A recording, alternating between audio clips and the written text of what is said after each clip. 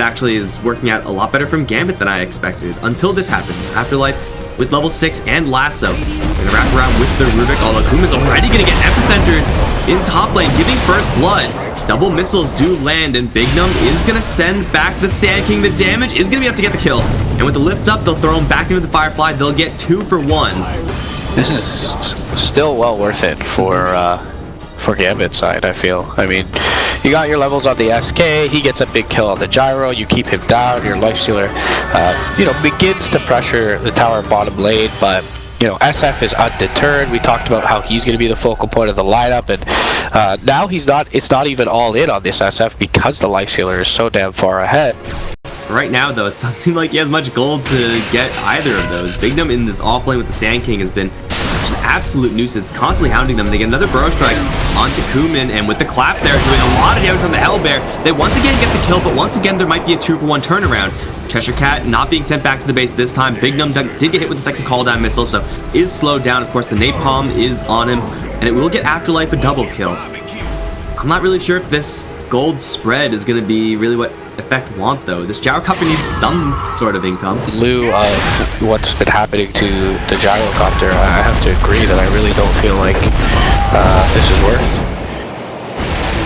Speaking of gyrocopter, thought he was safe to farm on this bottom lane, and then Cheshire Cat is suddenly there with level 4 Burrow Strike, and of course now he can't really contribute all that much. Burrow Strike attempted to be dodged. Yeah. He's going to try to dodge with those illusions fanning him out. They do get the net onto the Lifestealer. Yeah. He does not have rage. Sonic Wave is going to cut right through him, and it looks like Lifestealer will fall. Rotating in 4 heroes to that LS, and King R with some tricksy mind games is going to get away safely. Cheshire Cat in the meantime gets chased down by Afterlife. Blink Dagger, well, he's a Burrow Strike. It's kind of a ghetto Blink Dagger. Still, I'm not really sure if he's going to get out of this situation, although G is here. And the send back is going to commence. It's too late. Cheshire Cat has already fallen. Afterlife's going to blink forward, actually. Look for a little bit more as they do lift up the clockwork, but he does eat the tome, and now he's a hook shot. He's going to throw it right towards Afterlife. The cog bump back. G now has his hands on the Batrider. Will make short work of him. Hand of God goes out. King R is going to get obliterated before he can split and before he can sing. G gets a double kill, and Effect perhaps chase a little bit too far. Like the Sand King kill, don't like the chase afterwards, and Kuman in the bottom lane. Oh no, if you die solo... Difficult. So, I don't know, just felt like a really odd play. And then, even from the other side, on Effect's side, they go to take that fight, and they don't bring in the gyro. They will get a kill on the Chen. But, the gyro was just coming out of base, and he makes his way down bottom lane as opposed to TPing to the shrine after Afterlife gets the kill. And completely safe, but it does look like the coast is a little more clear than perhaps it usually is. Rubik is going to lift up Cheshire Cat, sent back to the base. Damage-wise is going to be high, but not quite high enough. Big Num again with the evac, and they will pop the gyro again. Looks like Vangscore got in there with the hook shot, and of course Shadow Fiend lands the raid as easy kills. And over in the mid lane, Lifesteal will take down a tower uncontested as well. So Gambit, just like that, find themselves with a little bit less than 3k lead. Yeah, gyro just, I don't know, he really needs to farm a little bit more safely, it feels. Hasn't really spent enough time in his own jungle, keeps, kind of stubbornly making his way down to this bottom lane, and he's been punished multiple times by these mobile heroes. In the Clockwork and the SK, speaking of the Clockwork, he finds himself another kill on the Naga Siren, and firing on all cylinders here on Gambit side, even getting a kill top lane on easily what has been the most effective hero for Effect so far in Afterlife's Batrider. So everything coming up Gambit in this game too. Please, Afterlife has the blink, and he's gonna grab the Chen.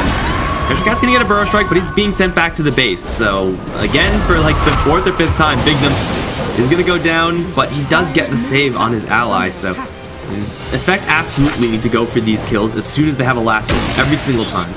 But it's just not really quite good enough for them unless Effect's side, all things considered. As long as they can keep shoving and avoid any losses off of this road in kills. And as I say that, looks like the Rubik might be going down here. No, he actually steals Burrow Strike, dodges a raid with it, but gets into the corner, so he's still dead. I'm not sure he was dead anyway. This Shadow Fiend is really, really quick, but they lose the Rubik, and they probably lose this top tier 2. They're not pushing this bottom tier 2. That's a concern from ability. Additional attack speed. They're not going to go amiss. G, very confident because he does have that double life. We'll take out a free tier 3. Slam is out, and Afterlife is going to get obliterated before he can get anything off. King R as well, trying to sing, does get it out. And the Sonic Wave will still connect beforehand. Song now retracting. Here comes Meteor Hammer. No, the cooldown is actually going to completely miss. They do land a 2-man Meteor Hammer, but they're unable to kill off the Lifesteal. Now the Burrow Strike Epicenter comes in. With the Requiem stolen by the River, he will do a little bit of extra damage here. But the Shadow Fiend is still alive with his first life. Finally go down. They've already lost 3 in exchange for just 1, however. This pushing power will commence as G is going to respawn. Kumin has a couple of missiles to set up, but he really doesn't have any relevant damage to speak of right now. And Melee Rax in trouble just 20 minutes in. It is going to fall with no quap available real high. And for effect, they're just working with like the hope that their levels can carry them in with no real help from their items. And in the meantime, they're also losing heroes. Afterlife going to get Burrow Struck on top lane. Radiance will help kill him off. And oh no, Rubik is going to get silenced actually. The orphan comes out to the Shadow Fiend. Maybe they can force a BKB charge that's kind of empty. The Song of the Siren does go out. Does put the Sand King to sleep. It's time to leave. Looks like we got 2-3 heroes all out, and we'll see perhaps them just go for a pick-off if it presents itself. Vanscore in a good position to pop a smoke here. Will be blinked on though. Working it up and lifted, and he's actually going to be bursted down. Still have a lasso. They have 10 creeps that they can maybe grab. And yeah, all 3 of them will fall. Kind of working on the Ags. And he's not really super close to it. A Siren on your team, and she does have level 12 now, so level 2. Oh, Cheshire Cat's gonna arm the Epicenter on top lane. Where's your BKB, Quap? Where is it? Easy kill onto Afninj, and G is immediately pushing in through mid.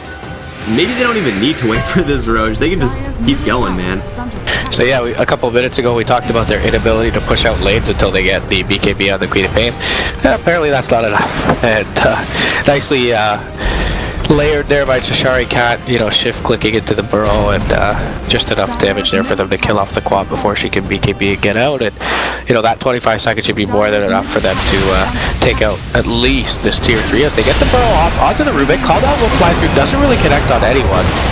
Head the God comes out, and the SK looks like he did end up dying in the front lines, but oh, they have Song. 2 seconds, hook shot in as they try to turn this around. King R Song is trying to go for it, but he gets Requiem right in the face. Kumin as well will be chased down by the Life Stealer. He has no buyback. Oh man, that turnaround timing from Gambit was so perfect. If they actually just wait 2 seconds before they turn out pretty well until this happens. Oh well, I mean, you can't win them all. Oh no, he'll dodge the Requiem with the Yules and look to create even more space. It wasn't gonna happen. It wasn't ever gonna happen.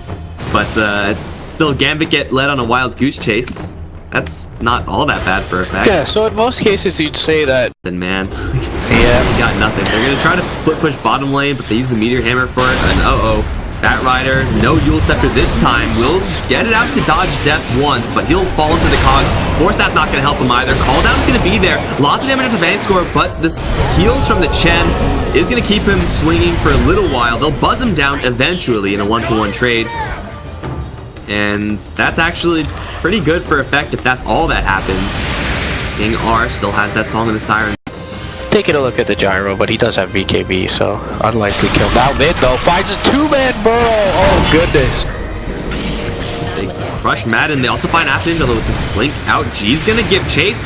Blinks over the cogs and he's just gonna walk right on out. And now they turn around onto the clock where Calldown is gonna hit onto everyone who's gonna try to reinforce Vanscore right now. Cheshire gonna jump with the Epicenter, is only gonna hit onto BKBs. Bignum as well in the front lines is gonna be taking a lot of damage here and will go down, but he does send back the SK. But now it's just the Shadow Fiend and the Lightster. They do get the Requiem off, turn around for a couple raids on the Kumin. Force Staff out, gonna get him some distance, but I'm not sure if it's enough. The Radiant's still ticking him down, and with the Song, oh, the BKB comes out from G, not affected by that sleep, and is gonna chase down for Afterlife. Still has that Aegis, and they will be able to wake him up and kill off that Queen of Pain. It's only a Bat Rider and a Naga Siren, and the Life Stealer is ripping everyone apart. G's back as well. Isn't quite going to kill off that Bat Rider, and will be forced to back off here, but Cheshire Cat has another Blink Burrow Strike right now, in fact, and he will get out of there. They force out the buyback on the Queen of Pain. No AC anytime soon now. You get the silence from the Life Stealer, but he actually didn't even consume the cheese in that previous engagement. So how could they actually take this fight? I'm not entirely sure.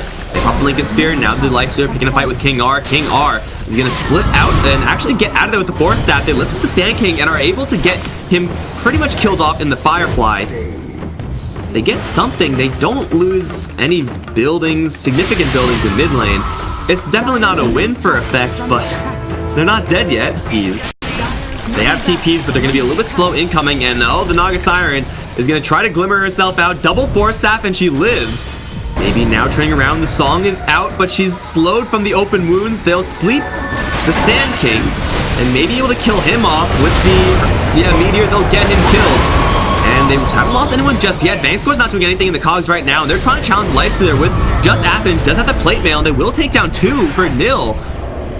The Sand King's going to buy out, though. Everyone from Effect, I think they might have to concede their racks because they're not too healthy right now. They'll try to just stall it out right now as the Lifestealer's going to get lifted up. Still has that cheese and a hell of a lot of backup. Gyrocopter chugging down salves in the fountain, and that is a very big win for Effect. They get 2 kills and a buyback and lose. Now in the pit, but can they do it quickly enough? There is dire vision nearby, and Afterlife flying overhead. Comes Afterlife. He does get desecrated by these freaking prowlers. These things are like Nazi incarnate in Dota, but now here comes the Force Staff in with the Song and Siren. They're gonna try to rush down Roach.